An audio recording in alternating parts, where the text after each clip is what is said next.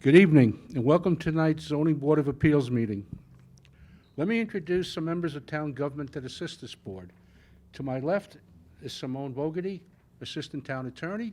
To her left is Blaise Donadio, a planner in the Planning Department. We are all here tonight seeking relief from the Smithtown zoning ordinances, and it's our job to try to help you achieve the relief you are requesting whenever possible. It's up to you to provide this board with precise and accurate information so we can make a decision based on the facts presented. This board must consider the 5 area variance considerations in order to render a decision. They're posted here for you. Number 1, whether an undesirable change will be produced in the character of the neighborhood or detriment to nearby properties will be created by the granting of the variance. Number 2, whether the benefits sought by the applicant can be achieved by some method feasible for the applicant to pursue other than the area variance. Number 3, whether the requested area variance is substantial. Number 4, whether the proposed variance will have an adverse effect or impact on the physical or environmental condition in the neighborhood or district. And number 5, whether the alleged difficulty was self-created, which consideration shall be relevant to the decision of the board but shall not necessarily preclude the granting of the variance. Procedures for tonight's meeting. Cases will be called in the order they are advertised. When you are called, please present your certificates of postings and mailings to Mr. Donadio. Then you'll be asked to go to the podium where you'll state your name and address for the record and proceed to tell us why you need the variance. At the end of your presentation, if anyone in the audience would like to speak on your case, they will be given one opportunity to do so. Whenever everyone is done speaking, then the applicant can come back to the podium to answer your concerns. Once the public hearing is closed, no further information will be accepted concerning the case. There are 2 ways to find out about your case. You can call the planning office tomorrow after 12 p.m., or you can wait and be notified by mail. We do have 2 adjournments tonight. The first adjournment is case number 18605, Cafe Red, CRK Holdings Group. That has been adjourned to January 24th. Is there anyone in the audience that has another adjournment? Come on up, sir.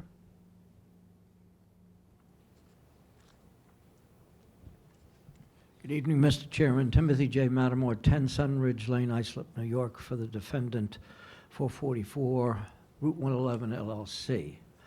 And I am asking for an adjournment. I received correspondence and information from the planning department that has submitted the application would gather their opposition and recommend denial as it's presently stated, but we could adjourn the case and conference it with them thereafter. So I would like to adjourn it to do that. We think we have a meritorious application, but we have to find out if we can negotiate a reasonable settlement and come back to you at a later date. So that is my request. If that January date is something you would want us to do, that would be fine. And I'll get a hold of Mr. Donadio as soon as possible and start that process. That will be fine. We'll adjourn your case to January 24th also. That'd be fine. Thank you, Mr. All right. Chairman. So everybody knows, this is case, I'm gonna, the writing's too small, I have to look it up. 1 second, please.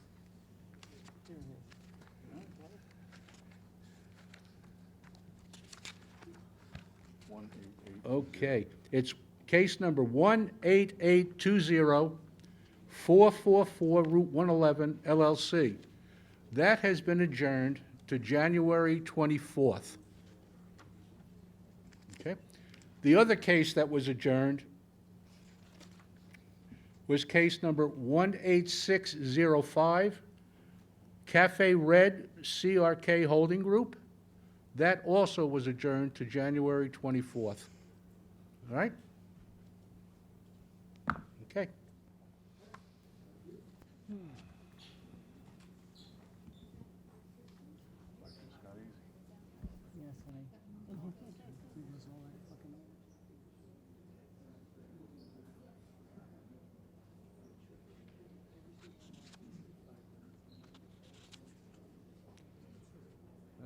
It's a good day for my son. January 24th. You taking your vacation, I think? Surgery.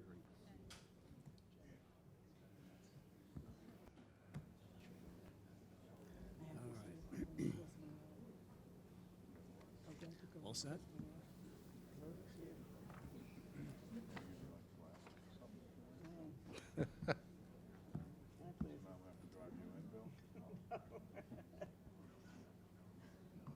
Okay. Okay? Okay. The first case on the agenda, case number 1812, Stephen Serio, 11 Palmer Lane, Comac. The location of the property, the northeast corner of Pickwick Drive and Palmer Lane. The property is zoned R10. The applicant is requesting a variance to reduce the minimum front yard on Pickwick Drive from 40 feet to 21 feet for a proposed 915 square foot first floor addition.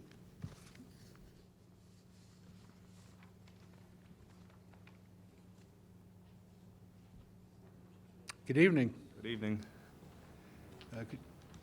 Are you the applicant, sir? Yes. Could you state your name and address, please? Stephen Serio, 11 Palmer Lane, Comac, New York, 11725. Would you like this young lady to speak on your behalf? Like I usually do? Yes. Okay. Again, just state your name and address for the record, please. Michelle Serio. Address? 11 Palmer Lane, Comac, New York, 11725. Thank you. Affidavits and... Just the affidavit. Oh, you Should be didn't like little green cards? Mhm. Those, and then this affidavit.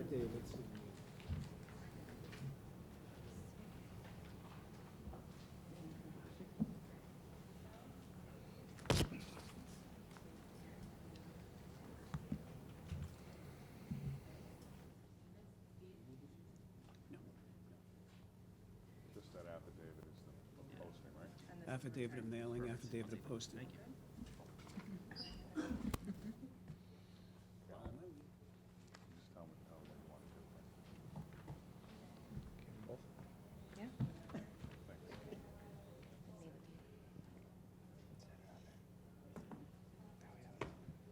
Whenever you're ready. Okay, so sorry, we would like to extend our house out. We're a corner property in Comac, and we would like to extend out, expand the kitchen and our living room. But from what I was told, we have to maintain a certain distance from the curb, right, which is the reason we're applying for the variance.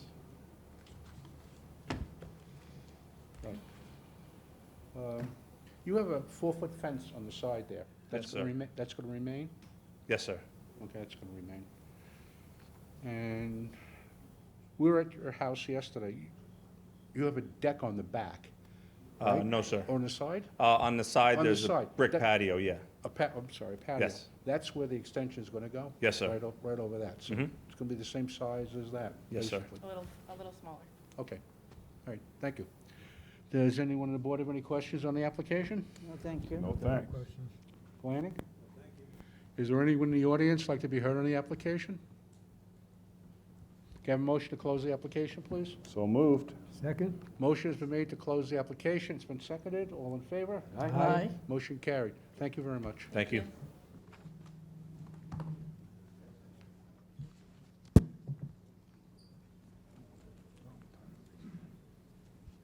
I left you 2 pens.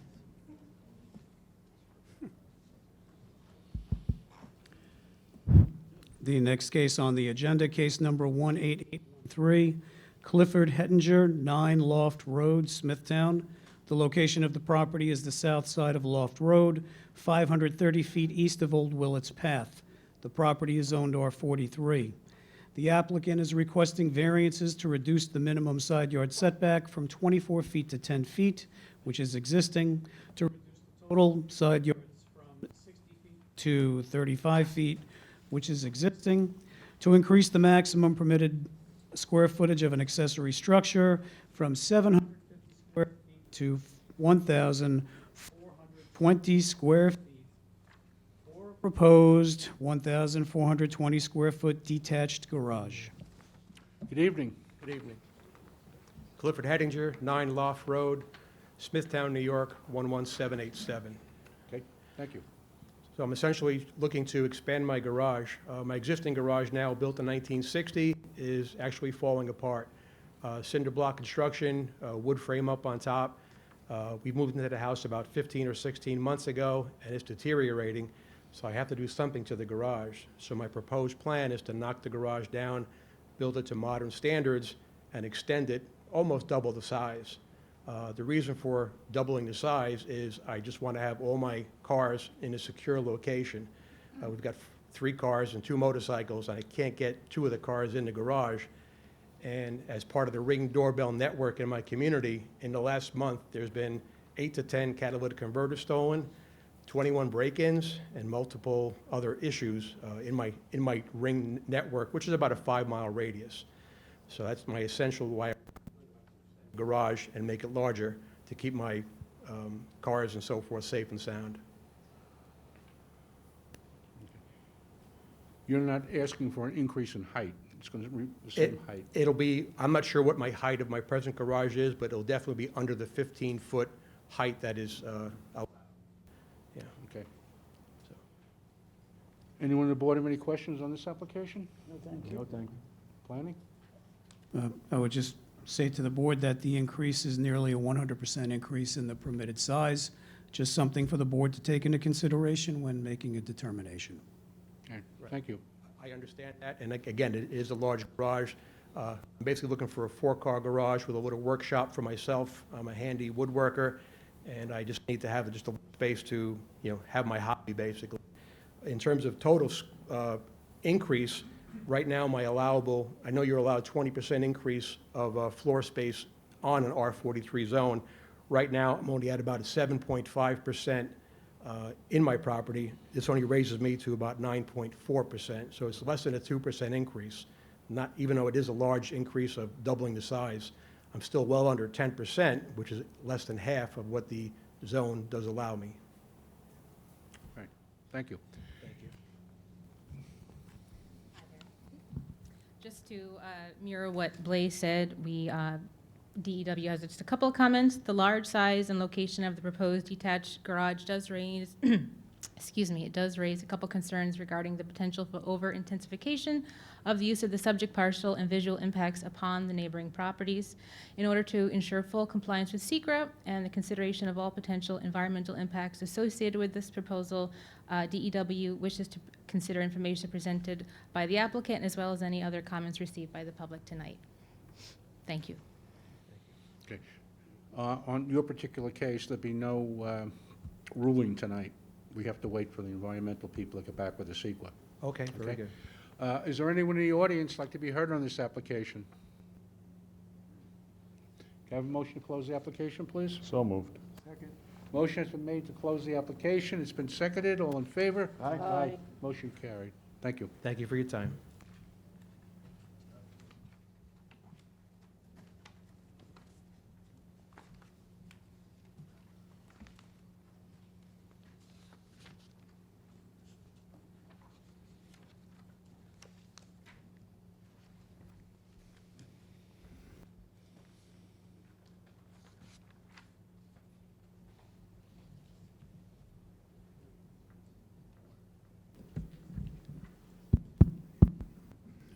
Okay. The next case on the agenda, case number 18814, Michael J. and Maria A. Alamo, sign, sorry if I got that wrong, 12 Nimitz Road, St. James. The location of the property is the south side of Nimitz Road, 333 feet east of Jefferson Avenue.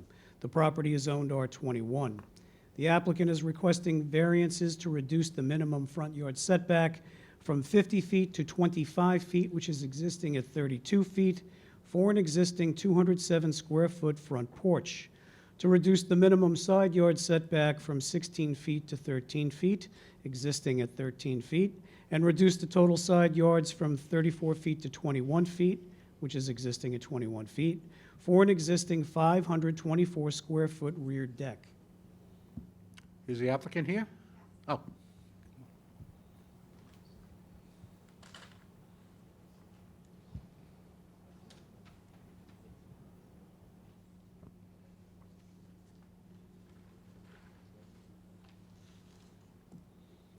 Good evening. Good evening. I'm Maria A. Olemo Sane, and I reside at 12 Nimitz Road in St. James.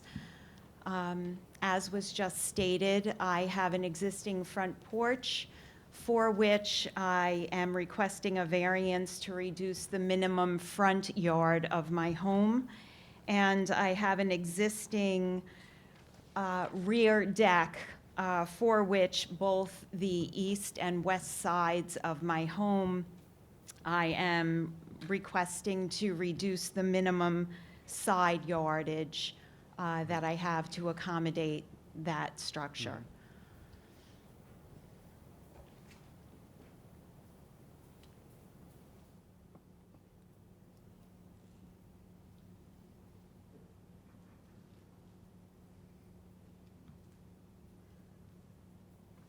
Okay, so it's just the porch and the deck in the back then? Correct. Okay. Does anyone on the board have any questions on this application?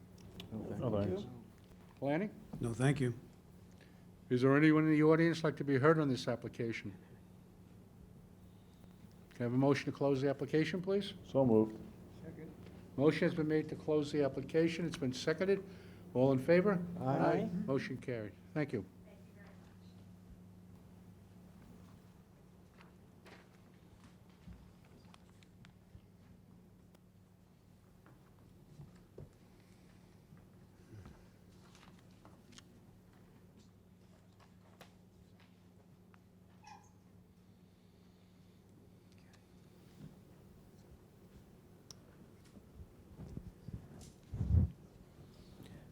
The next case on the agenda, case number 18815, Brendan and Andrea Judge, 91 Cambon Avenue, St. James. The location of the property is the east side of Cambon Avenue, 118 feet north of Middle Country Road. The property is zoned WSI. The applicant is requesting a variance to reduce the minimum front yard setback from 50 feet to 34 feet for proposed 14-foot by 28-foot in-ground swimming pool and 4-foot stockade fence. Good evening. Good evening, Christina Bravin, Morano Expediting, 2938 Hempstead Turnpike, Levittown, New York. Agent for the applicant, Brendan and Andrea Judge. Okay. You submitted the necessary power of Yes. attorney? Okay. Thank you. Okay. So requesting permission this evening to install a 14 by 28 in-ground pool holding a front yard setback of 34 feet off of Camden Avenue instead of the required 50 feet.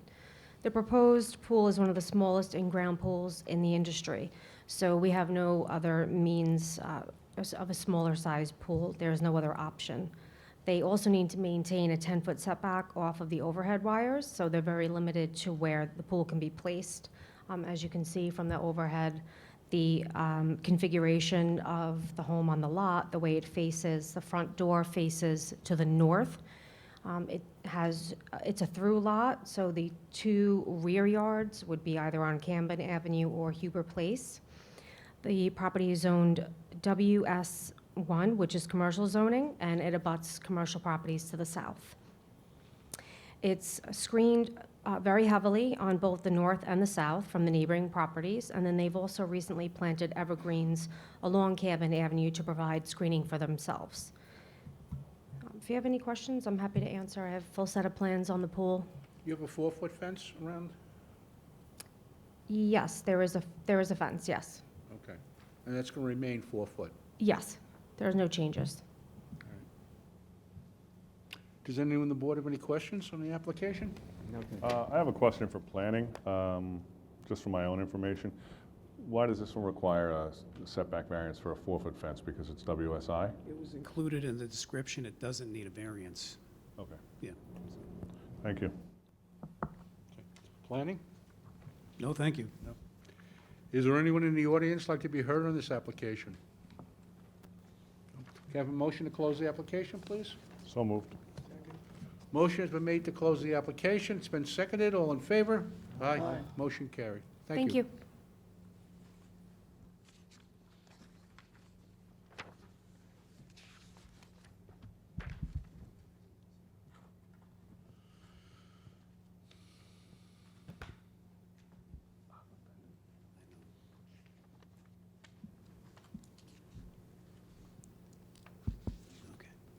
The next case on the agenda, case number 18816, Peter and Patricia Grimm, 2 Charter Lane, Smithtown. The location of the property, the southeast corner of Villa Lane and Charter Lane.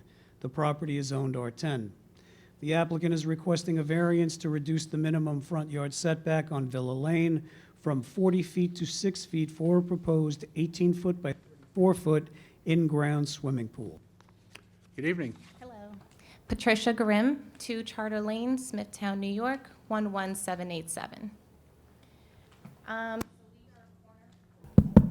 So we are a corner property and looking at a ground pool. Due to the corner property, we have to reduce the setback. Our property, there's no other location for the pool, so that would be the only optimal spot.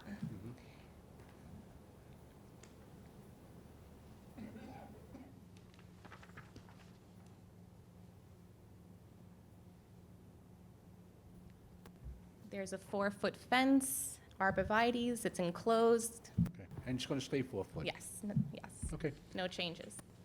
Anyone on the board have any questions on this application? Oh, thanks. Planning? And no plans to cut down the arborvitae's. No, they're staying. Okay, thank you. We like those. Does anyone in the audience want to speak on this application? Can I have a motion to close the application, please? So moved. Motion has been made to close the application. It's been seconded. All in favor? Aye. Motion carried. Thank you. Thank you.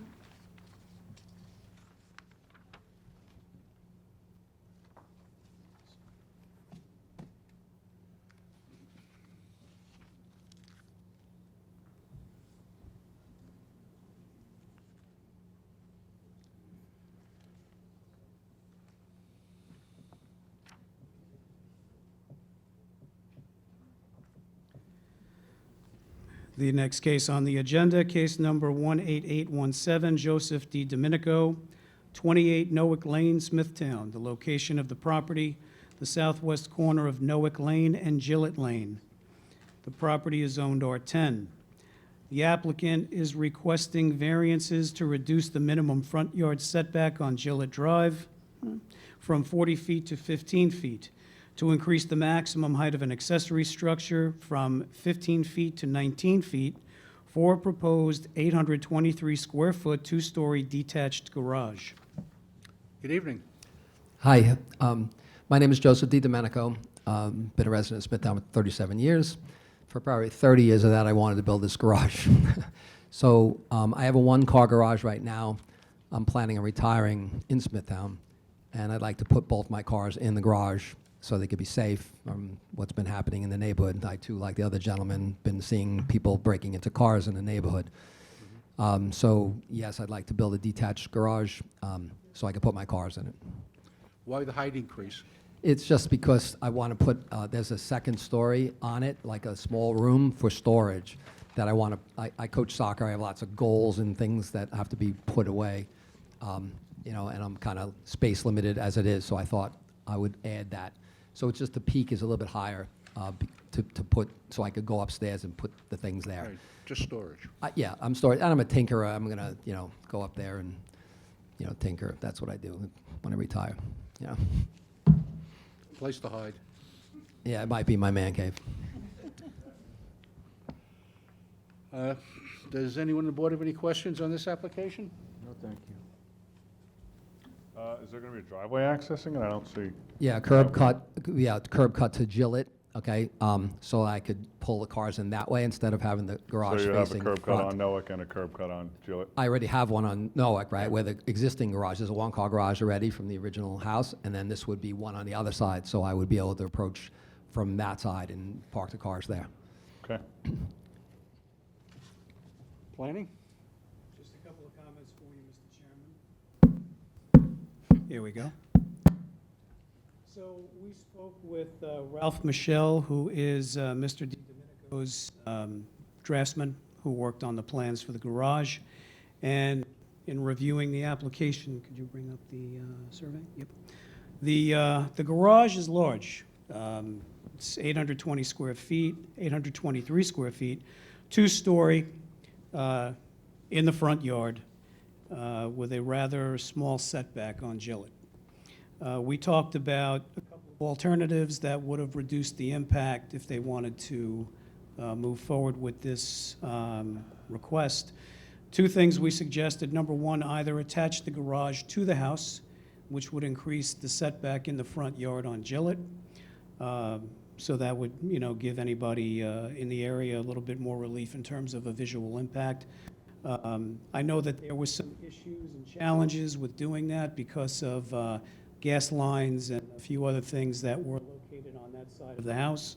The other option was to push it further back in the front yard along Gillett, back towards that, I guess that would be the northeast corner, to keep the same setback, to have the curb cut further back on Gillett, which would certainly, have much less impact as far as the intersection of Gillett and Noack in terms of, maneuvering by other automobiles, line of sight, what have you. It's really up to the board whether they feel comfortable approving something like this, just to bear in mind. There seems to be a proliferation of rather large garages in the town of Smithtown. And just to refresh the board's memory, not far from where this gentleman lives, there was another garage that had been built without any prior approvals, which is now a legal action with the town. So, May I address any of those? Yes. Yes? Okay, so while I respect all of those points, this is the garage for obstructing a corner turn. It's over 48 feet away from the corner. It's not even anywhere near the corner for obstructing a turn. It's also, compared to that house, the one that you're talking about, the garage, I'm not on a property line. That other one that you're referring to is 4 feet from the property line to its neighbor. This is not anywhere near my neighbor's. And also, this is 15 feet at minimum to the property line, but since Smithtown didn't put a sidewalk there as a tree lawn, it's another 5 feet, so it's still 20 feet from the actual curb where this would be. And then I did consider putting it further back, but if I put it further back, I'll have no backyard.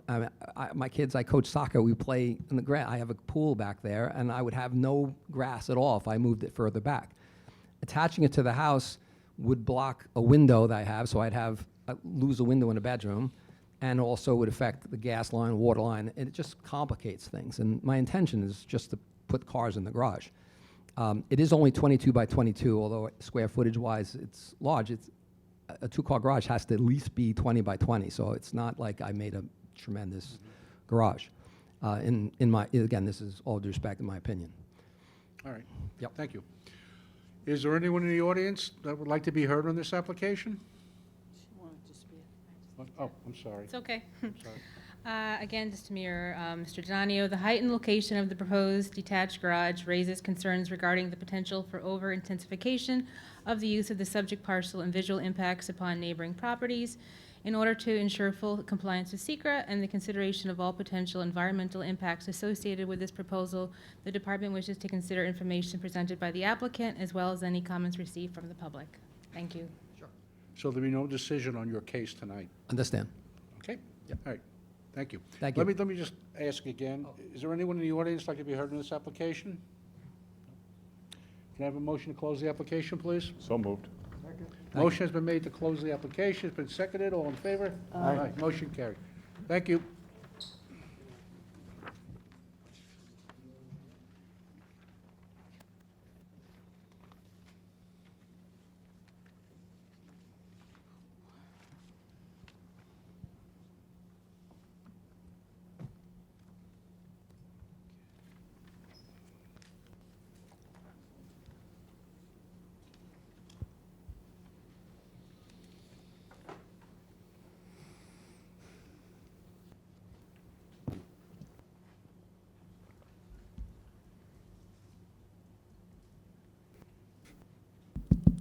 there we go.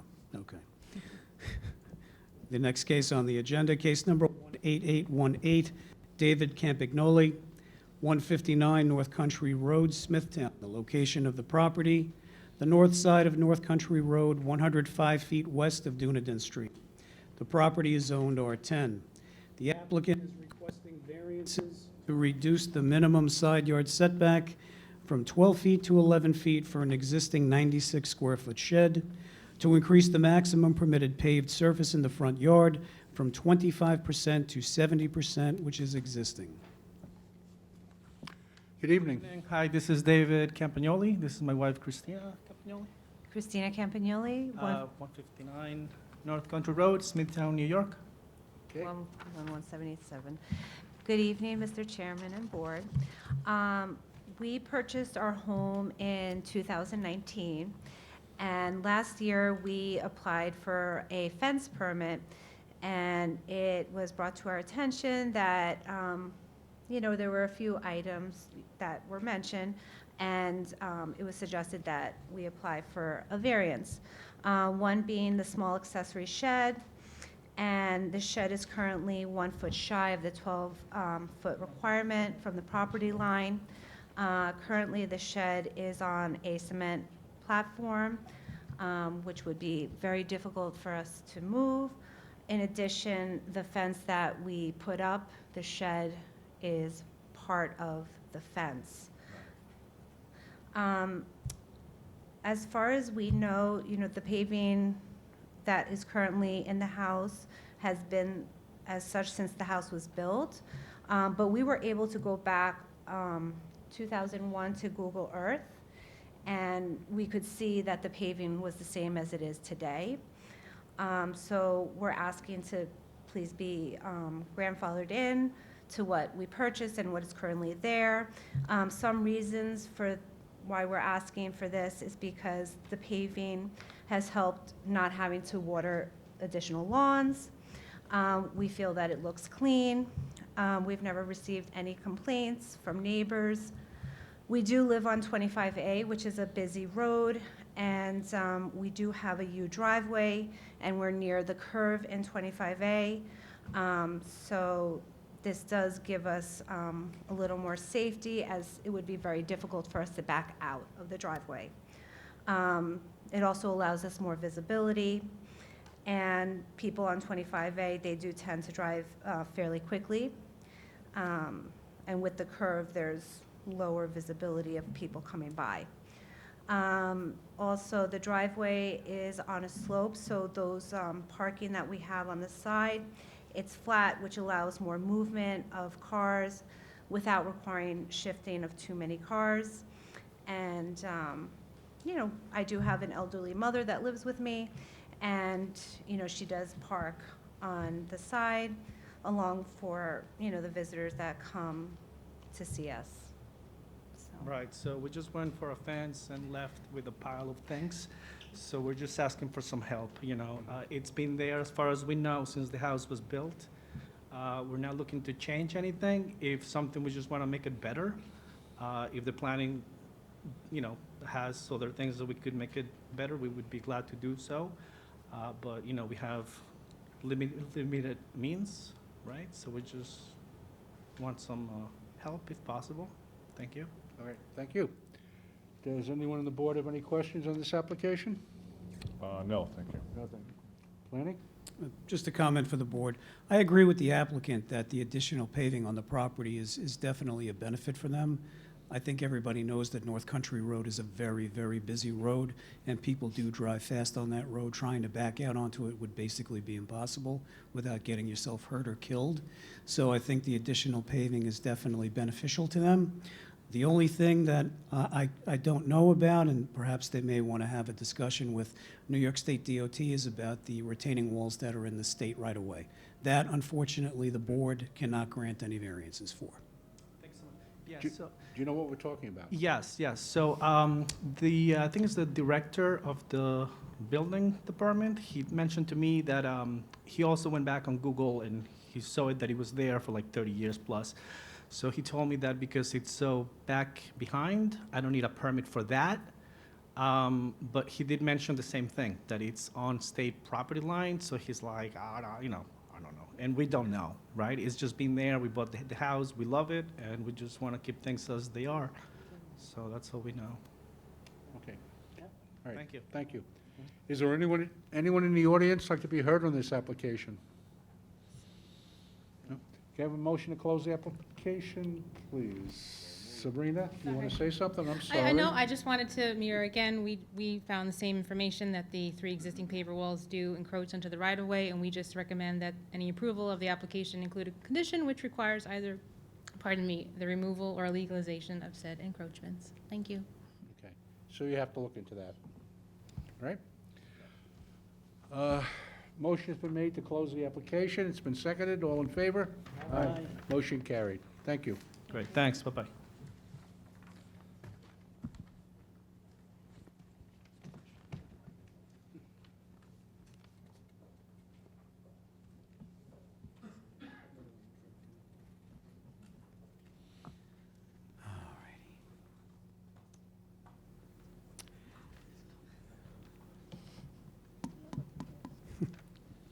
The next case on the agenda, case number 18819, Mark and Rachel Conti, 87 Blydenburg Avenue, Smithtown. The location of the property, the north side of Blydenburg Avenue, 902 feet west of River Road. The property is zoned RM7. The applicant is requesting variances to permit environmentally sensitive lands to be altered and to construct, to permit structures within 10 feet of any slopes greater than 15% for retaining walls A, B, and C, and a 14-foot by 28-foot in-ground swimming pool. To increase the height of a 4-foot fence on top of a 5-foot retaining wall from 6 feet to 9 feet for walls A, B, and C. To reduce the required setback from 5 feet to 0 of a 4-foot fence to a 5-foot retaining wall for walls A, B, and C. Good evening. Good evening. My name's Rachel Conti. I reside at 87 Blydenburg Avenue in Smithtown, New York, and I'd like Carmine Grasso to speak on my behalf. Fine, thank you. Thank you. Good evening. Good evening, Mr. Chairman, members of the board. My name is Carmine Grasso from Cataldo Grasso Architects, office at 14 Carl Avenue in Smithtown. I've submitted the mailing and posting affidavits, the mailing receipts, and any returned mail that we received. I represent Mark and Rachel Conti in their request for variances in connection with the construction of the pool in their backyard, along with retaining walls for the pool. The Conti's backyard slopes down pretty steeply from the back of their house to the back property line of their property. So the only way to install the pool would be to alter the environmentally sensitive land of the steep slopes. To do this, we have to construct a 5-foot maximum height retaining wall. The height of the wall varies. It goes from almost 0 to 5 feet at the highest point. On top of the wall will meet all of the setback requirements from the property line, so that there's no issue with that. On top of the wall, we have a 4-foot high fence, which is required by code for around the pool. Excuse me. So the fence has to be on top of the retaining wall. It's positioned where it is at the edge of the retaining wall, because if we brought it in any further, you wouldn't have any real usable space around the pool. And then if we extended the patio further, then you'd be increasing the amount of the environmentally sensitive land that you'd be disturbing. So we're trying to reach a happy medium there and keep the retaining wall to a minimum and keep the fence right near the top of the retaining wall.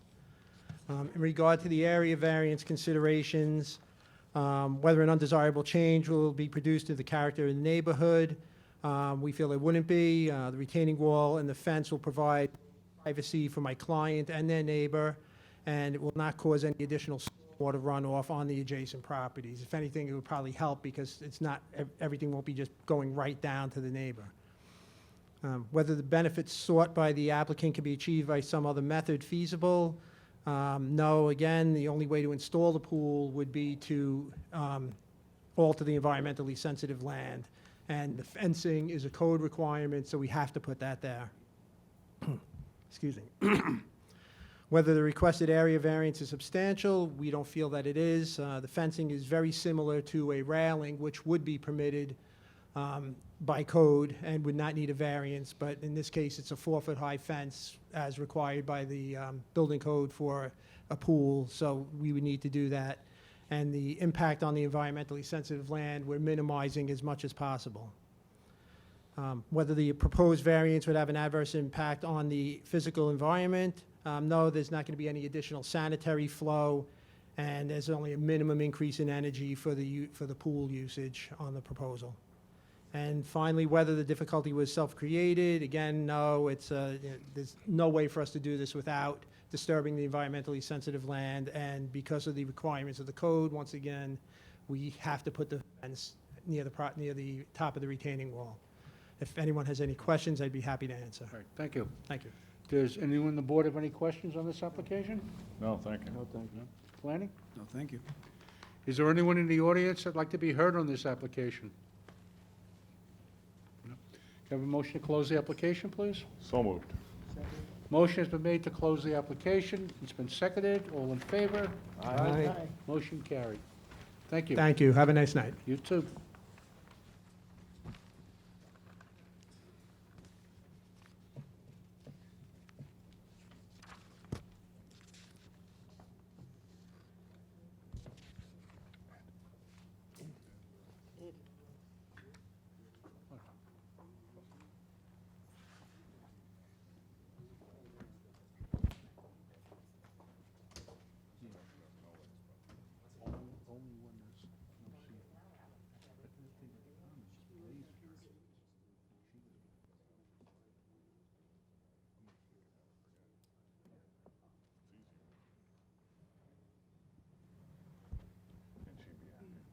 Yes.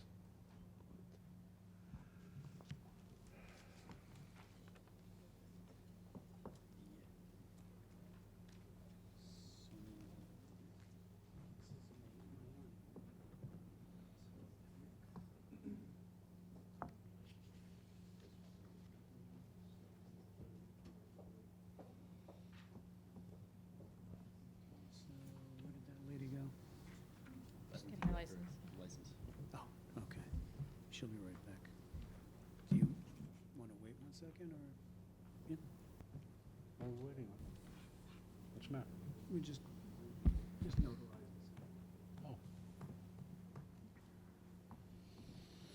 Very I efficient. apologize for the delay. I thought that the form would be notarized here, and I didn't know I need to do it during the day, so I Okay. apologize. Got lucky.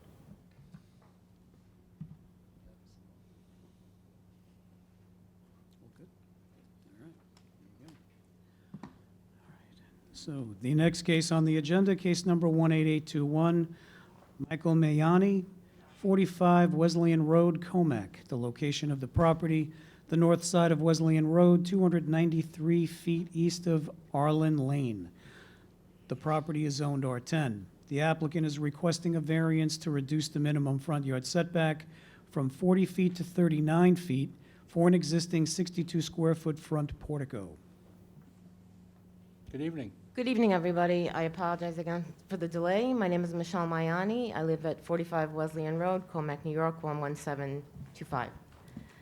I'm seeking tonight a variance to reduce the front yard from 40 feet to 39 feet to accommodate a newly built front portico. There are no adverse environmental impacts to this property or the neighboring properties. There are no negative effects on the character of the neighborhood. I've spoken to all of my immediate neighbors, none of which have expressed any concerns or objections, but rather conveyed that they love the change that was made to the front facade. Okay, thank you. Does anyone on the board have any questions on this application? No, thank you. Planning? No, thank you. Anyone in the audience like to be heard on this application? Can I have a motion to close the application, please? So moved. Motion is made to close the application. It's been seconded. All in favor? Aye. Motion carried. Thank you. Thank you.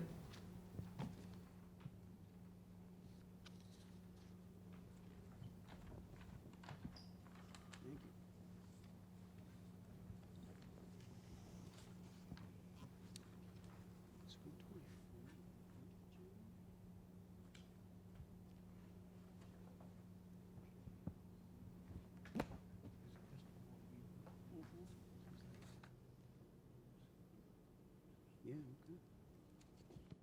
Okay. Yeah. Yeah,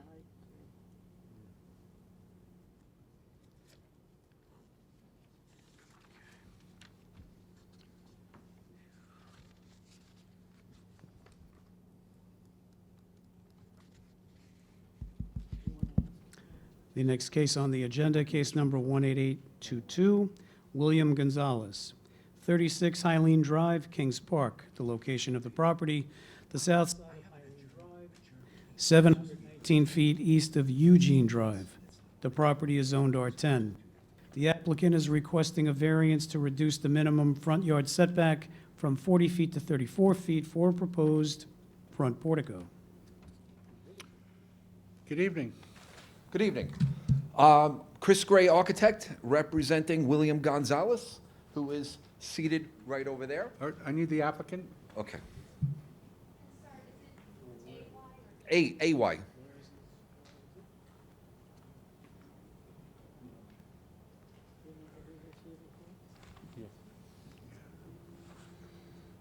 Good evening. Good evening. William Gonzalez, 36 Highline Drive, Kings Park, New York, 11755. And you'd like this gentleman to speak on your behalf? Yes, sir. Fine. Thank you very much. Thank you. Good evening. Good evening. My client that lives at 36 Highline Drive is located in R10 zone, and we filed application to put dormers on his home and also a proposed portico. The reason we're here tonight is that the portico in the front is encroaching into the front yard. There is an existing platform at his front door that's 8 foot wide by 5 feet deep, and that is of 40 square feet. The required front yard is 1 foot into his home, so that the actual portico is encroaching 6 feet into the front yard. Where 40 feet is required, we're proposing a front yard of 34 feet. The portico itself is small in nature, has some curb appeal, some aesthetics to it, is also providing shelter from the rain. That is my case. All right, thank you. Does anyone on the board have any questions on this application? Oh, thank you. Planning? No, thank you. Is there anyone in the audience like to be heard on this application? Can I have a motion to close the application, please? So moved. Motion has been made to close the application. It's been seconded. All in favor? Aye. Motion carried. Thank you. Thank you.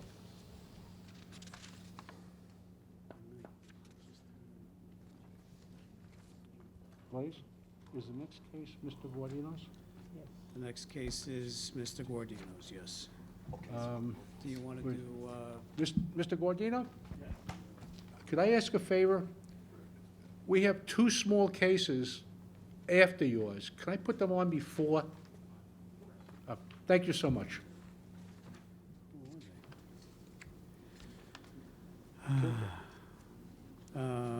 yes, that's the only one, correct? Yeah, Kilka, and it has Scaloni. Scalone. Scalone.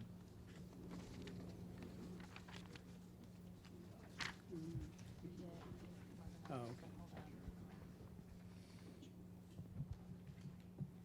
All right.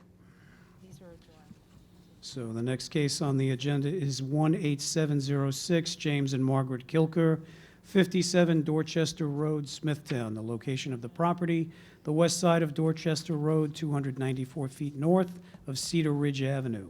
The property is owned R15. The applicant is requesting a variance to reduce the minimum side yard from 16 feet to 5 feet, and reduce the total side yards from 34 feet to 29 feet for an existing 80 square foot wood shed. Good evening. Good evening. Jim Kilker, 57 Dorchester Road, Smithtown, New York, 11787. I'm here to ask for a variance. Sure, Kilker. You're welcome. I'm asking for a variance for a shed that I put up. I didn't know that you couldn't put a shed up on the side of the house, or I would have gotten it. There's a small shed, there's a fence and trees around there. I have some pictures that I took today. From the front yard, from the street, you can't see the shed. Right. And from the side of the house, from my neighbors, this is the shed. There's trees, there's a fence and there's a tree. So I don't see anyone seeing this at all. So I'm asking for the variance. All right, thank you. Thank you. Does anyone on the board have any questions on this application? No, thank you. Planning? No, thank you. Is there anyone in the audience like to speak on this application? Oh, come on up, please.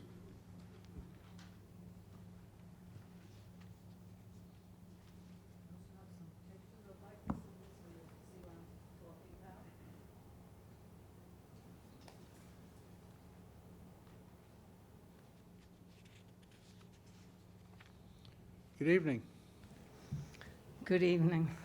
I'm Carol Sauer, S-A-U-E-R, 55 Dorchester Road, Smithtown, New York, 11787.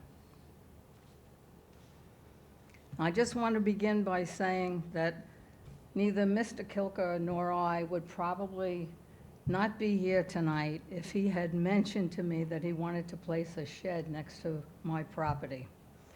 He never did that. That would have been the neighborly thing to do.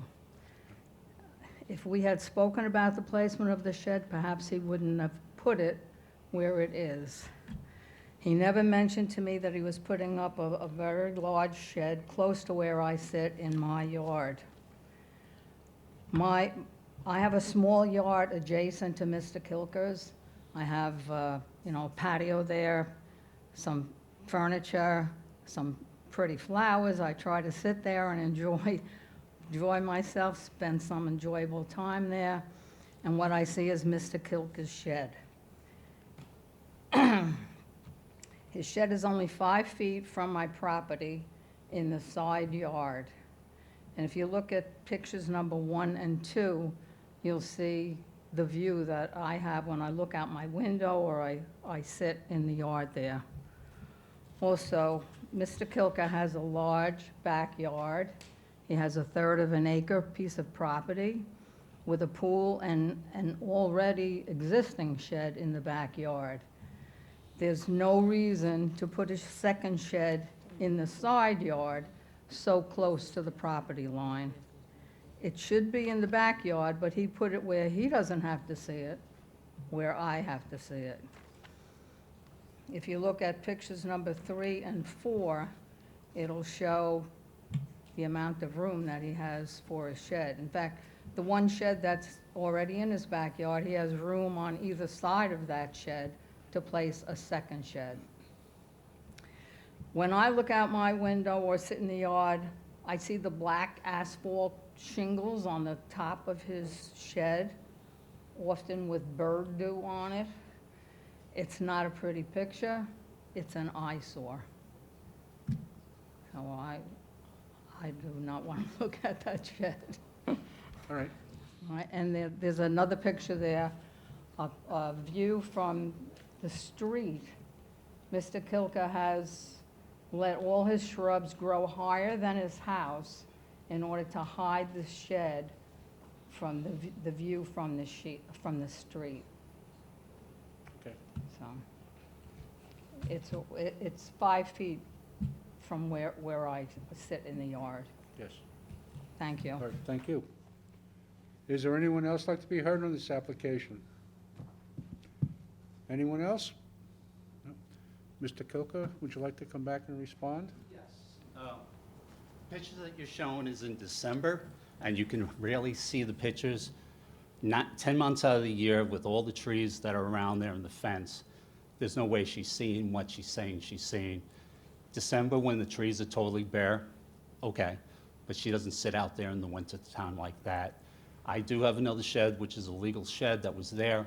I have 2 kids, have a lot of stuff, and there's no storage in the house, and that's why I put it there. And if you look throughout the neighborhood, everyone puts their shed on the side of the house because that's this empty space. And the bushes in front, those bushes were there when I got there, and there's no way, even if I cut them down, you would not see that shed. Okay. Thank you. Can I have a motion to close the application, please? So moved. Second. Motion has been made to close the application. It's been seconded. All in favor? Aye. Motion carried. Thank you. You got one more, Blaze.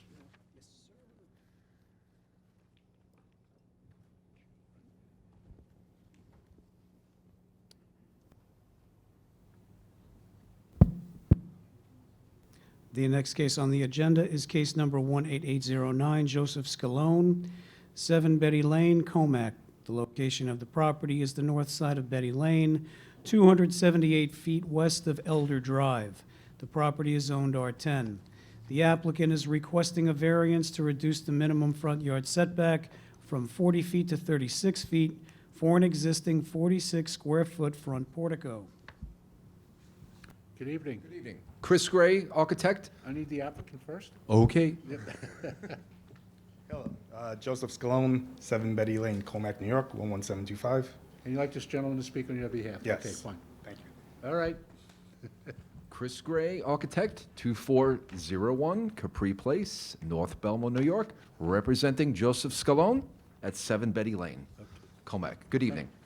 My client decided he'd like to add some addition to his home, and we filed application, and it was discovered that there was a portico that did not have a permit. So the reason we're here is to ask relief for this portico he installed in front of his property without a permit approximately 2 years ago. This is a 46-square-foot portico. The front yard requirement is 40 feet, and we're asking relief for a front yard setback of 36 feet. Here again with the portico, his house looks like a box. This structure helps to make for curb appeal, makes it look nice, also provides a means of shelter from the weather. And yes, it was self-created. That is my case. All right, thank you. Anyone on the board have any questions? No, thank you. Planning? No, thank you. Is there anyone in the audience like to be heard on this application? You have a motion to close the application, please? So moved. Motion has been made to close the application. It's been seconded. All in favor? Aye. Motion carried. Thank you. Thank you very much.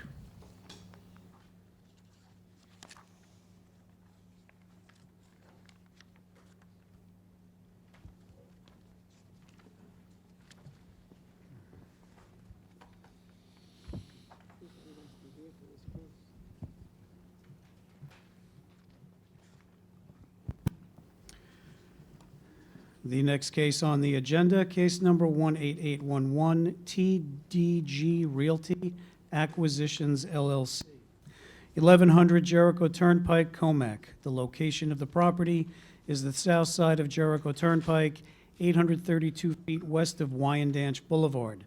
The property is zoned RMGA.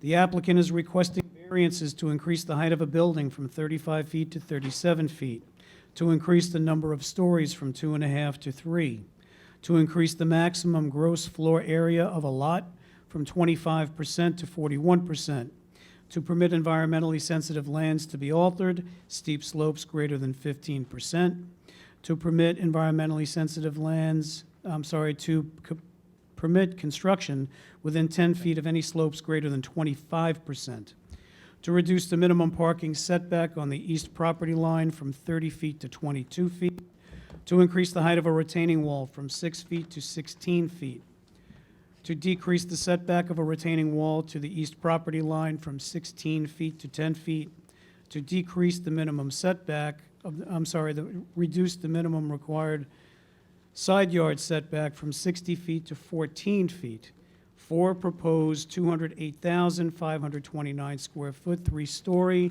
98-unit apartment building with related parking and structures. Good evening.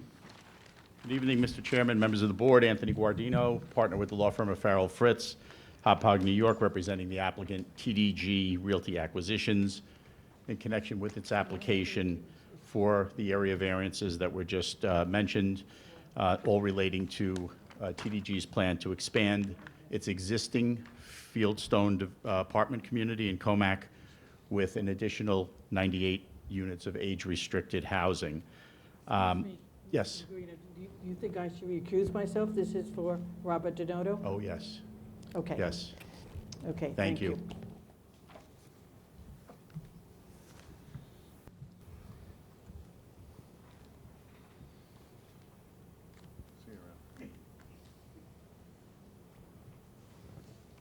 So to assist in the presentation this evening, I have Dan Pedersen from from Bowler Engineering and Sal Coco from BHC Architects. I also have with me tonight Dan Simone, who is TDG's Vice President of Development and Construction, and there are other professionals that are here to answer any questions that the board may have. The property is slightly less than 5 acres in size. It consists of 3 tax lots. Is located on Jericho Turnpike, on the south side of Jericho Turnpike in Comac. In your booklet, you have a location map and a tax map and an aerial to give you an idea, but I think the board is familiar with this site. The majority of the site is currently utilized by Trailer City, and it's improved with a number of small buildings that are used for the sales and service of trailers and trailer accessories. All of the existing buildings on the site will be demolished. The site is one of the last stretches of Jericho Turnpike in Comac to be redeveloped and is surrounded by a mix of land uses. So to the immediate east, you have Long Island Window and Door, which is a wholesaler of windows and doors. To the west, you have the Fieldstone One community, which is the one that was recently constructed a couple of years ago by the same developer and is owned by TDG. To the north, across Jericho Turnpike, you have a restaurant, a nursery, and a filling station and car wash.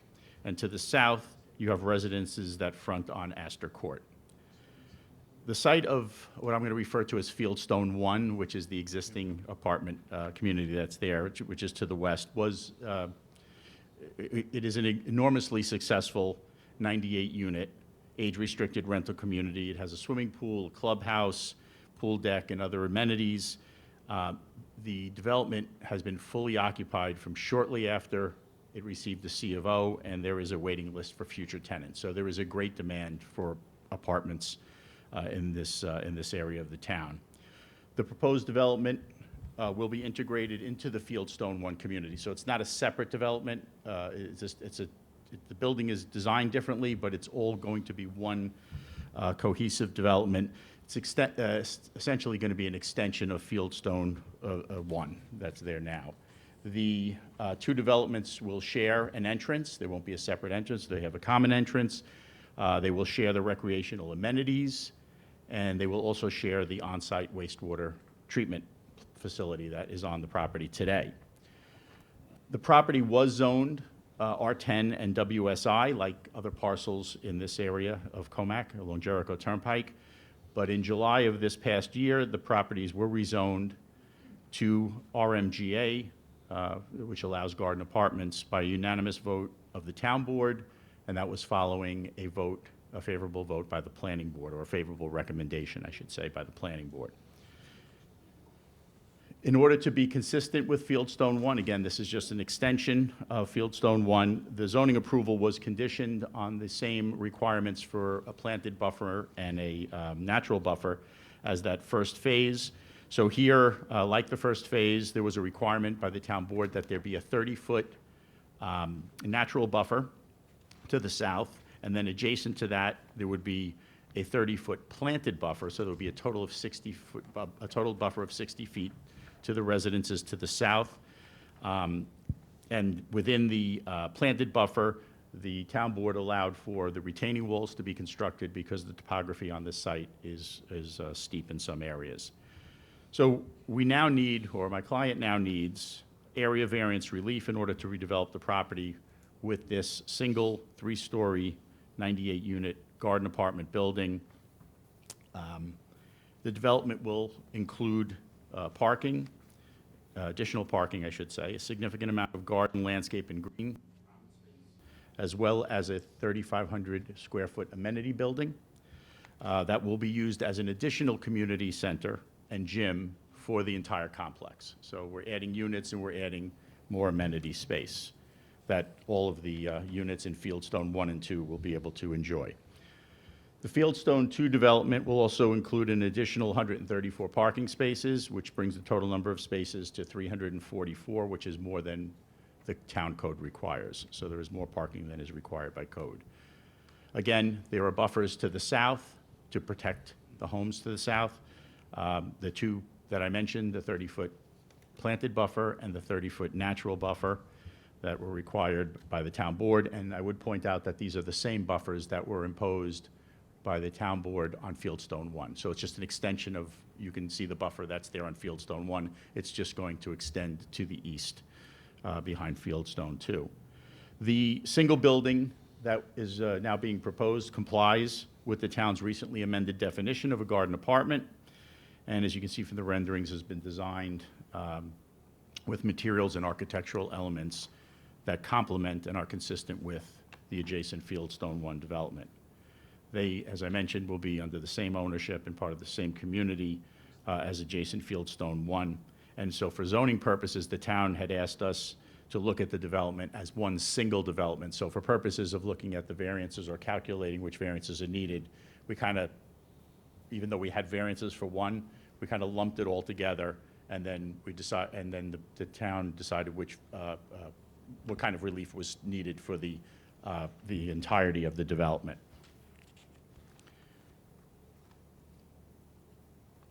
So after putting the parcels together and looking at all of the building and other improvements that are on the property, both in Phase 1 and Phase 2, the building department issued a denial letter, which now requires the area variance relief that we're seeking.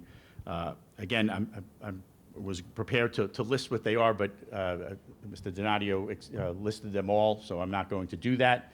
So what I'd like to do is to address the 5 factors, but after the engineer explains the site plan and after the architect comments, and then I'll just kind of wrap up by addressing the 5 factors on this, if that's okay. Thank you.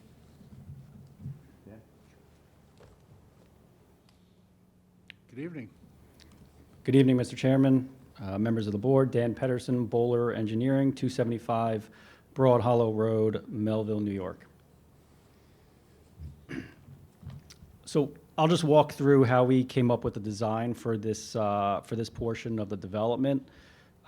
Phase 2 of this project is to be developed very similarly that Phase 1 was designed in, with Phase 2 basically being a mirror image of Phase 1, with the exception of the building design.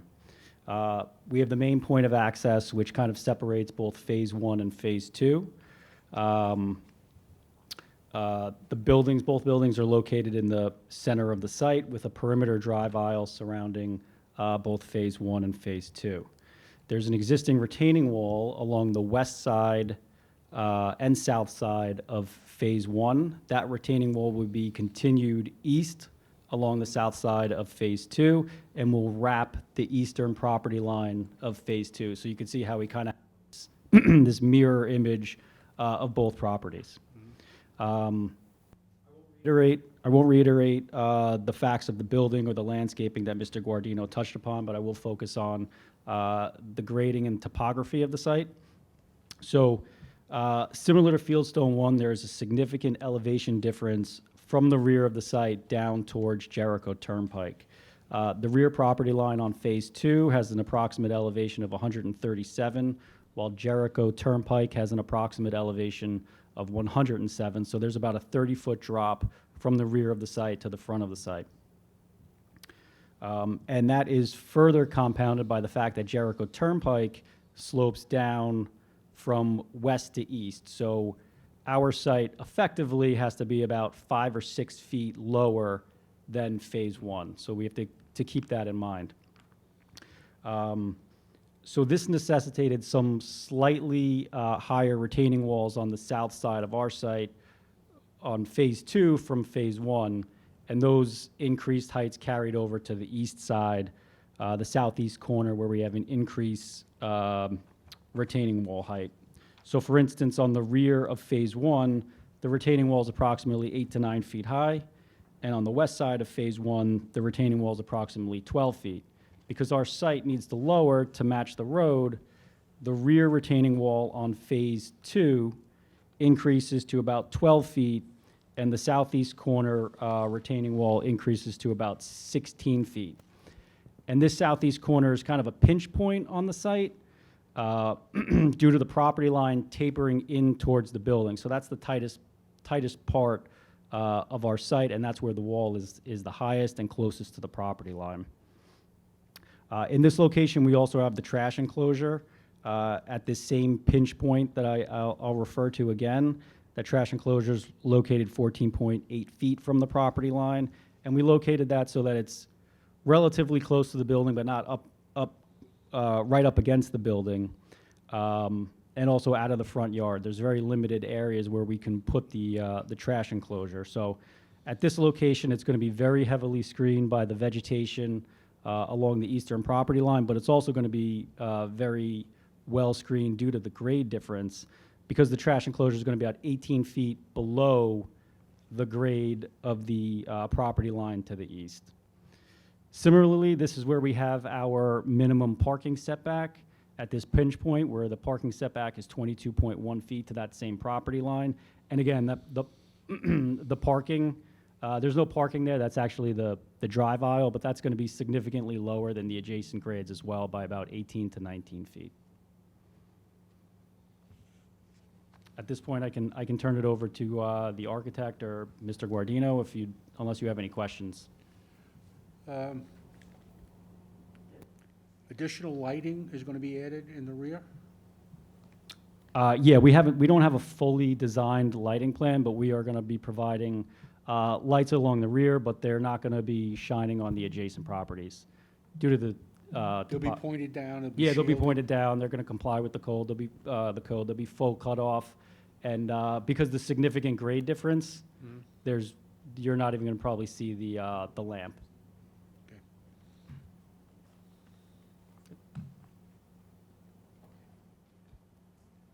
Good evening. Yeah, good evening.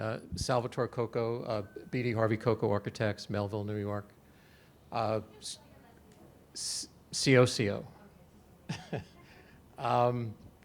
So we were the architects for Phase 1, and that design was different in that there were a number of separate buildings, and each building had one or two entrances. This building is designed as one structure, all connected with a main entry and a double-loaded corridor. So what happened here is there are more efficiencies, which has allowed us to provide more open space, more green on the perimeter. It's a more of an amenitized portion of the development while still complementing the existing development. And as Mr. Guardino said earlier, there's a new amenity building, but there's also this green central courtyard in this development. We feel that it still provides a range of living choices, but a slightly different product. All the ground floor units will have the ability to have a walkout. There's balconies, and these units are slightly larger than the in average size compared to the first group, although the unit mix and the quantity of units is the same. But we're still using the same idea that the size of the building is broken down by varying textures and colors, and even different types of window types as you go around the design. So overall, it's meant to be complementary, pull this whole thing together, but also provide a different housing choice within this singular development. That's it. Yeah. Air conditioning? Oh, absolutely, yeah. Rooftop? There'll probably be a rooftop split unit. The noise factor from that should be like a refrigerator, basically. It's not going to be like there's not like one central plant. There are individual splits for each one. Okay. Thank you. Okay, I will wrap up by just addressing the 5 factors that will guide the board's decision as to whether or not to grant the variances. So the first is whether the variances will produce an adverse impact upon the surrounding neighborhood. I say no. The property is surrounded, as I mentioned earlier, on the east and north sides by commercial uses, and on the west by the Fieldstone 1 development. Also, the varying topography on this site that Mr. Pedersen mentioned, and also the dense buffers along the perimeter of the site do not provide a direct line of sight to the subject property from any of the surrounding single-family residences. In addition, the main building and the accessory amenity building are located approximately 122 and 101 feet respectively, from the residences to the south, or from the property line that's closest to the residences to the south. They will also be screened by, as I mentioned, these two buffers that total 60 feet in depth along the southern property line. We believe that the variances will not be perceptible from any of the adjacent single-family uses.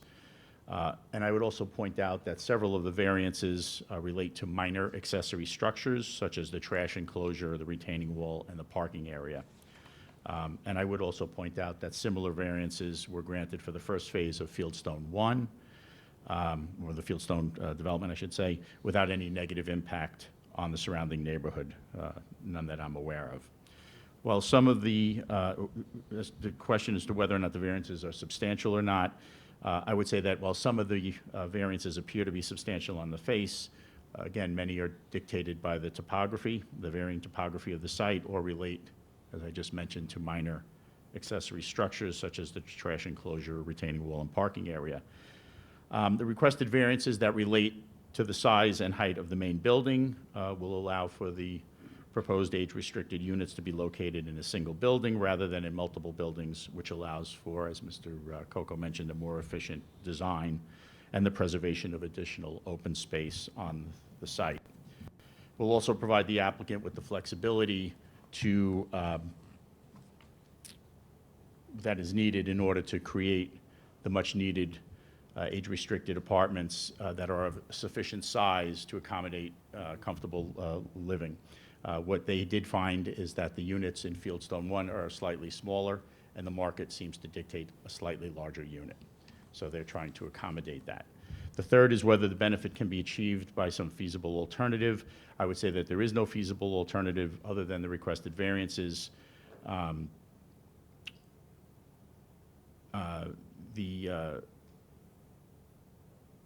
We are trying to provide a sufficient number of these age-restricted units. We need to develop it, or my client needs to develop it in a way that makes economic sense. And while there is no feasible alternative to the requested variances, the proposed site plan was developed, I would point out, in close consultation with the town's planning department in order to create the best possible layout and with the least amount of variance relief. So there was some back and forth, and we were guided by the input that we did receive, and we're grateful to the planning department for that. The fourth is the proposed development will not adversely impact the physical and environmental conditions of the neighborhood of district. There's not much I can say there. I mean, the site is pretty much fully developed with just a hodgepodge of stuff. It's Trailer City. There are trailers. There are parts. There are buildings. A lot of this is left over, as the board would know, from I guess it was the Fontana Garden concrete statue manufacturer. So there are all these little buildings that are on site that are still being used. They are all going by the wayside. They'll all be removed. But the site is largely developed in a way. It has a parking lot, although it's not paved. So I don't think the property here has any environmental sensitivity at all. We're not disturbing any undisturbed areas. And so the development will not adversely impact the physical and environmental conditions of the neighborhood and district. And lastly, whether the difficulty was self-created by the applicant. Again, as was stated, many of the requested variances are largely related to the topography of the land itself, which limits the location of the buildings and of the accessory uses. It dictates the need for these very high retaining walls that need significant variance relief. And that require lands with steep slopes to be disturbed.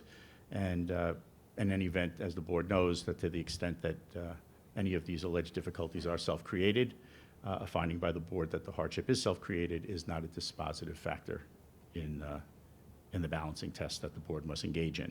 So based on the testimony that you've heard tonight, I respectfully request that the board grant the requested relief.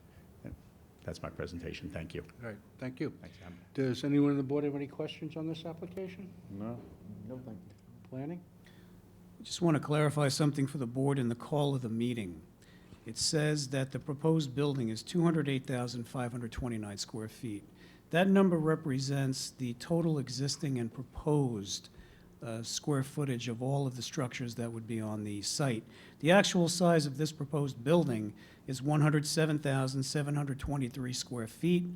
and the clubhouse would be 3,500 square feet. So the total amount of proposed development is 111,223 square feet. And I did have one question for Mr. Guardino, just to clarify, only because in the book that you handed out to the board, there's a color rendering that I think Dan had sent us earlier today. In fact, it's a revised color rendering that shows the connecting wing of the building pointed towards the east property line.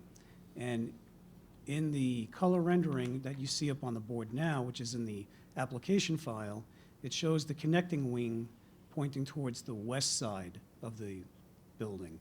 Do you know which way it would be going, just so we know?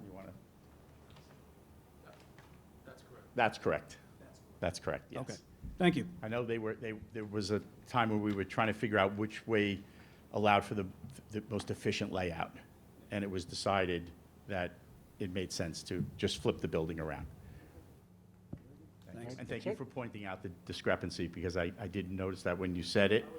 But I wasn't sure. I was like, I'm going to go back and look at my notes before I say something, so thank you. But that's what I had. I had 108,000 roughly, so thank you.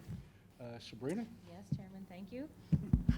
DEW just has a couple comments. The large number and extent of the requested variances raises concerns regarding potential over-intensification of the use of the subject parcel and potential adverse impacts upon neighboring properties.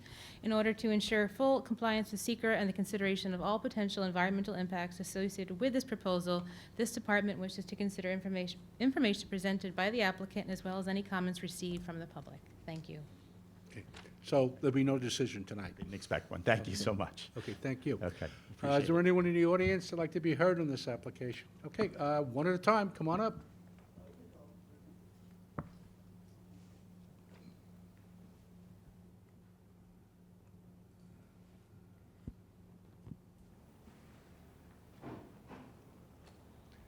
Good evening. Good evening, and thank you. My name is Ben Bonaventura, 53 Astor Court, Comac, New York. Could you spell your last name, please, Ben, so we get a... Bonaventura.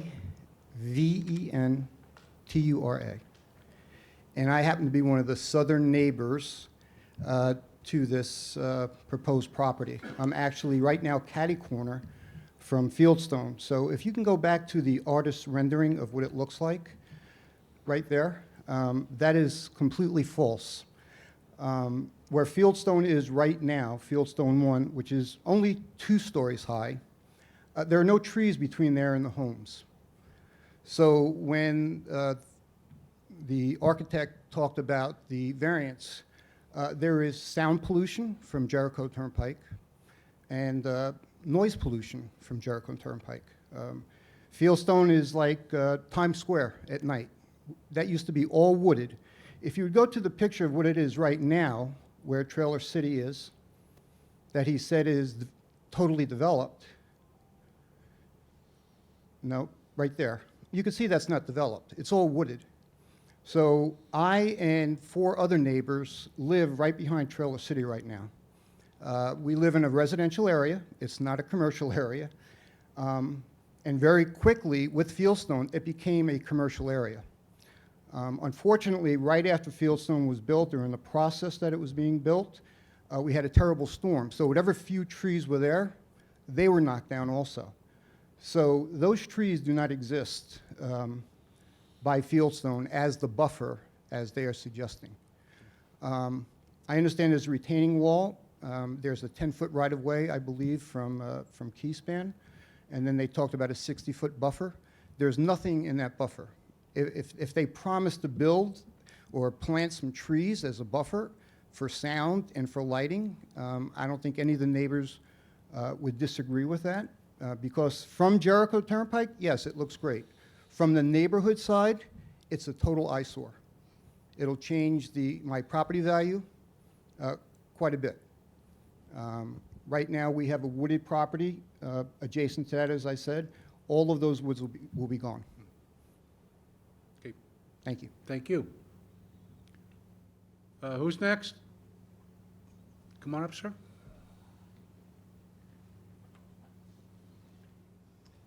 Good evening. Good evening. My name is John Fontana. I live at 21 Pine Ridge Drive, Smithtown, which is up in the Pine section. I just had a couple of questions. Number one, when you say age restricted, is that the same thing as 55 and over? I will ask. Huh? I will ask him. Nobody knows it? That's it? And what is it then? I would We'll thought that ask. was a common thing. I just wasn't sure myself. Yeah. Age restricted. We'll ask. Oh, Okay. so it doesn't mean it's 55 and over? So what the hell does it mean if it doesn't mean 55 and over? What's another alternative? Was it 45 and over? I don't know. You're gonna know in about 5 minutes. Okay, good. Anyway, the second thing is, it's a three-story building, okay? What's the total height of this building? 37 feet? How much? 38? 38. 38. Did that require a variance for height restrictions? They're asking for 37. Did that rehire? Okay. Well, all But we're did- given is 37. What is the 'cause code? that's- What is the code, the maximum the code allows? I'm just 35, curious. right? 35. So they already got a variance for that? Is that it? Asking for 2 foot. They got a variance for that. Is that what you're saying?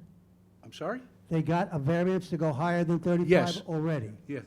It's a variance. They're asking for a 2-foot variance. That's part of today. They're asking for it today? Or Yeah. it was already discussed? I don't Right. know. I'm asking you. Yes, It's part of today? yes. Okay. that's It was in the minutes that were read. Yeah, well, it's very hard to follow it when you're not an architect, you know. And I just want to know if I can see a front elevation of the building, what it would look like from Jericho Turnpike, and what is the setback from Jericho itself? We'll try to pull it up here for you. Yeah, because I mean, it's hard to follow. First of all, it's hard to hear what somebody's saying 95 when the from microphone Jericho. kicks on and off half the time. It's 95 foot from Jericho. 95 feet, that's good. All right, and then can I see a front elevation of the building? Just want to know what it looks like, because it's hard to see from an aerial view. Would you like to see a rendering or a flat elevation? No, I want to see, do you have anything that shows just the front? Not the aerial view. Just want to get an idea, because I saw different things there, but the things that I saw, like a peaked area, that's not really Jericho Turnpike, that's... Excuse me, sir. You have to address this I'm board. sorry. Because yeah. we kept I'm it sorry, I on don't do this record. every day. I'm sorry. I just want to know what it looked like, because what I see...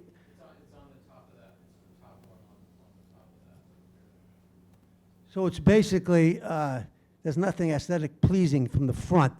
From the side, where it's adjacent to Fieldstone 1, you've got a little bit of a peak, if I saw it correctly, a little bit of a peak? No? No. No, at the front? No, talk. Somebody come up here and just point, because I don't like to look at that. I see the same thing. Is that all 4 sides of the building that I'm looking at there? Yeah, that's the four sides. So this is the side along Jericho. Okay, Which represents this side? I thought I saw a peaked building, a peak in front of a building. These are the existing townhouses. Yeah, They have, okay. they have that. All right, so this is the other piece, okay. No.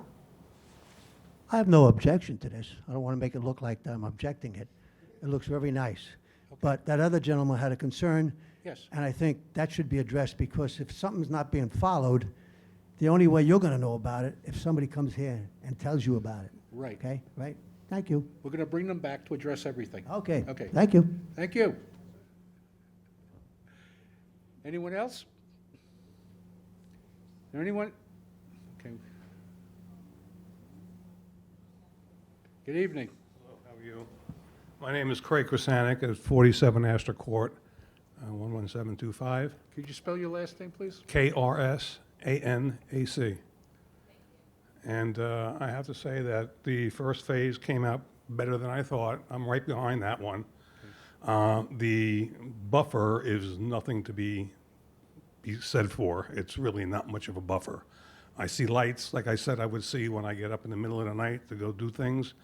And that storm that came by a year ago or so took down more trees, and the plants that they put in there as a buffer be dead and buried before they get to be buffer. It's really much of an eyesore. The noise is not so bad, but there is noise at times of the day. And to have 3 stories in the middle of Comac, I just don't see the need for it. The 2 stories I can live with, even if they dig them down and all I see is the top of the roof. It's still 3 stories, and it's not what I lived on Long Island for. That's Queens. Thank you. All right, thank you. Is there anyone else? Anyone else? Okay, Mr. Guardino? Thank you. So I will just address a couple of the comments. You know, I guess the first gentleman mentioned about the noise and light pollution from Jericho Turnpike. I can't really control that. You know, Jericho is Jericho. It's heavily traveled. You know, we were required to install that 30-foot buffer, but I would point out that there was this 30-foot natural buffer, and I know there's, you know, people are saying that some trees came down. That buffer was not to be touched. That wasn't something we were supposed to touch. We were supposed to leave exactly what was there. That was the requirement by the town board. It was just a natural area. There was natural growth, and that was just a kind of like a off limits to anything that we were doing. The 30-foot in front of that, or I guess to the north, we were able to plant that, and we did plant that. So, and I know it's a mix of deciduous and evergreen trees because I was there at Fieldstone 1, and we'll be doing the same thing for Fieldstone 2. You know, the aerial that showed, I guess the gentleman claimed that the property is very wooded and not so developed. You know, anyone who's familiar with that use, and even back when it was the statuary, whatever you called it, you know, there are buildings in the woods. So I wasn't up here suggesting that there are no trees on the site. Of course there are trees on the site, but the development, and we have it in the booklet, there are some photographs, the development actually goes deeper into the woods than it appears here. It looks like everything is right on the frontage of the road. It's not, because some of the trailer repair is actually up in the woods in a garage that's pretty far into the property. So again, I don't want the board to think that I was misleading them to say that it was fully developed. It's fully developed to the extent that there are buildings all sprinkled, and there's a survey in here that will show you the buildings are sprinkled throughout most of the property. Mr. Fontana mentioned about, you know, at the end there that he had no objection, but with respect to height, I do want to point out, because this was something that we were grappling with earlier today. The code allows for 35 feet in height. We had asked for, I think the variance we're requesting is 37. But our understanding of the code is that the 37 is measured to the parapet, but the definition of building height in the town code excludes parapets. Correct. So I'm not sure we need the variance. I didn't want to bring it up because I don't want to find out later that maybe I do need it, but I don't believe that we need it right now. But if we need it... Is 37 feet the top of the parapet or the top of the structure? Top of the parapet. And that the roof line is actually slightly less than 35, correct? 33.8 to the top of the roof. And then the parapet brings you up to the 37. So why don't we get clarification? We'll go back. We'll go back and review the plans, the elevations. If that's correct, it's up to you. The board can deny without prejudice that request, which would limit you to 35 feet. Well, again, I want to make sure that, you know, that if we need it, we're asking for it, but I think at the end of the day, we can exclude the parapet and we actually comply. So we can discuss that and figure out what we do with it. I mean, if we don't need it, if it turns out that we're all in agreement that we don't need it, of course, I don't want to ask the board for a variance that I don't need. Just to kick Yes. back really quick while the architect's here, the parapet will screen any rooftop appurtenances, correct? That's That's the point. Yeah, that's just to you. block the, any mechanicals that are on the roof. And I know there was some confusion. I think Mr. Fontana was under the impression that we already had a variance for 35, and we were asking for a variance for 32. 35 is what the code requires. We didn't need any variance for that. And then, you know, I guess the last gentleman mentioned about the 3 stories. You know, historically, you know, most of the building on Long Island, or at least in this area of Long Island, was 2 stories, 2.5, you know, or 2.5 stories. But as you see, you know, for multifamily housing all throughout Suffolk County and all throughout Long Island, actually, and other places, that, you know, in order to get the critical mass of units, you know, you actually need the 3rd story. And You know, 3 stories sounds scary, but at the end of the day, we're actually meeting the height requirement. So whether you have it, you know, that's what it's all about. You know, I don't think, it's about the bulk of the building and how tall is the building. And if it turns out that we don't need the variance at all, we actually comply, you know, whether it's 1 story that's 35 feet, or 2 stories that's 35 feet, or 3 stories at 35 feet, I don't think that should matter, you know, to somebody who's who's looking at it. Whether there are extra windows, who cares? You know, if there's no additional bulk beyond what the code requires, unless, of course, we do need this 2-foot variance. But then I would say it's just 2 feet. I don't think that's going to be perceptible to anyone. So, thank you. Yes. One other question. I think the gentleman asked, this is a 55 and older community? Oh, yes, thank you. Yeah. Yes, it is. Yes. It's age restricted. Yes, I'm sorry. Got that. Okay. Thank you. All right, thank you. Can I have a motion to close the application, please? So moved. Motion has been made to close the application. It's been seconded. All in favor? Aye. Aye. Motion carried. Thank you. Thank you very much.